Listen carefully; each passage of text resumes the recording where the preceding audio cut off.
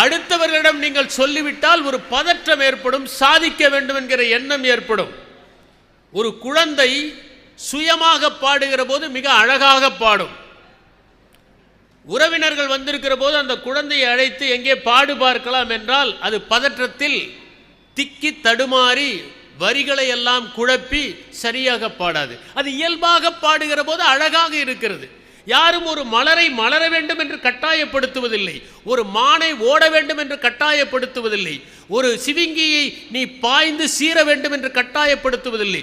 சிங்கத்தை முழங்கு என்று சொன்னால் அது முழங்கி விடாது, யானையை பிளிரு என்று சொன்னால் பிளிரி விடாது.